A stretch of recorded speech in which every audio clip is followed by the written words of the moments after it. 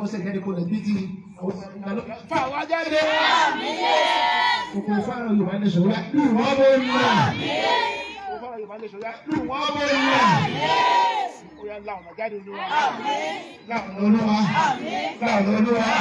Láwọn olúwa. Láwọn olúwa. Láwọn olúwa. Yorùbá ní sọ̀rọ̀ bó ń lọ. Wọ́n fẹ́ lè rí Yorùbá. Yorùbá sọ̀rọ̀ wọ́n fẹ́ lè rí Yorùbá. Gbogbo mọ́tò dáwà dúró. Gbogbo mọ́tò dé wà lọ́wọ́. Gbogbo mọ́tò kó pa. Àbàdé délẹ̀ lórí ẹ̀rọ láti wọ́n dá ní wá. Gbogbo ní fún orúkọ olúwa. Nígbà tí wọ́n dára, nígbà tí wọ́n gba Yorùbá lè sùn, tí ló máa dára. Àtàwọn àwọn abájá tó lè fún ọjà gbangba tó lè. Àtàwọn abájá tó láti àwọn tó ń lò. Ẹni tó dára, ọjọ́ odò òkú olúwa. Mo wáyé. A máa yìn ọ́ wò. Gbogbo ní fún orúkọ olúwa. Jésù Kristi olúwa wa. Àmín, àmín, àmín lórúkọ Jésù.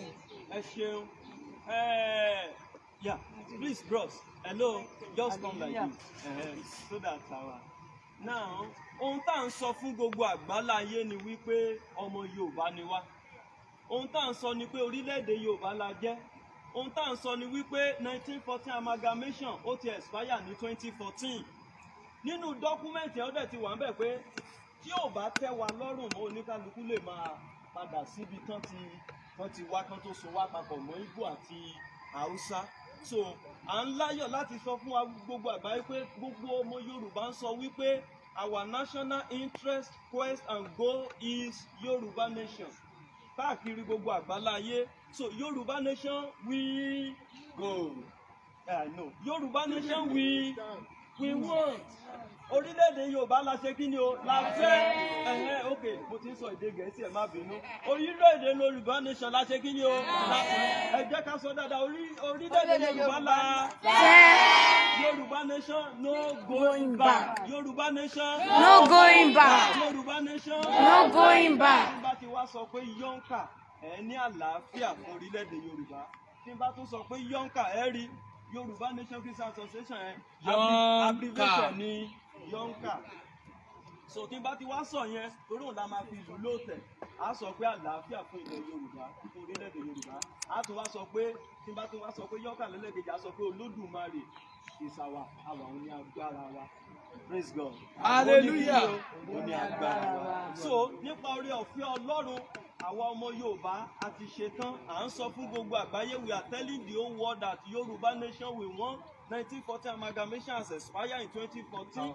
Yorùbá nation is our national interest, quest and goal and nothing more. And that is why our father Probanji Akintoye that is leading us ní Yorùbá self-determination ní ká jáde ká máa fi ẹ̀kọ́ yìí ká máa fi kọ́ra wa títí dìgbà tá a dé ilẹ̀ ìlérí. So lágbára Ọlọ́run gbogbo eléyìí tá à ń ṣe ó ń lọ káàkiri gbogbo ilẹ̀ Yorùbá pátápátá lóníkàlùkù ń ṣe.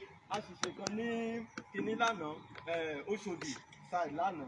So káàkiri bẹ́ẹ̀ Olúwa ràn wá lọ́wọ́. Adélẹ̀ ìlérí láyọ̀ àti àlàáfíà. Ojú wa ní tìyín o. A kí yín o àti gbogbo ìjọ.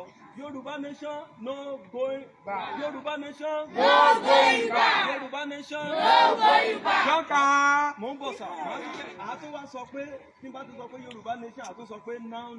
Yorùbá nation now. Yorùbá nation now. Please, let's sing. Yorùbá nation now. Yorùbá nation now. Yorùbá nation no going back. Jọ́ǹkà peace. Yọ̀ǹkà Almighty God is our power. Ẹ jẹ́ ká sọ lédè wa. Yọ̀ǹkà àlàáfíà fún orílẹ̀-èdè Yorùbá. Yọ̀ǹkà Ọlọ́run Elédùmarè ní agbára wa. Ẹ jẹ́ ká tún sọ.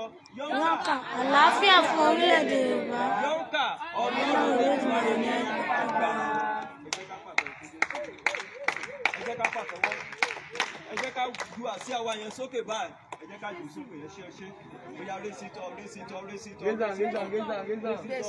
ká jù sókè náà. Ẹ̀yin ẹgbẹ́ lè wálẹ̀ ẹgbẹ́ wálẹ̀ bàbá ìkọ̀ṣẹ́ ẹjáwé ìbò ẹ̀ kí gbogbo àgbáyé kan rí ọwọ́ wa. God bless you. Yes, ìrì ọ̀run ti sọ̀kalẹ̀ Ọlọ́run ti gbọ́ àdúrà wa. Ẹ̀rí òjò wẹ́lẹ́wẹ́lẹ́ tó ń rọ̀ sí ó túmọ̀ sí kí ni o Ọlọ́run ti gbọ́ ìsìn ẹ̀ṣẹ̀ ẹ̀já pàtẹ́ já wọlé.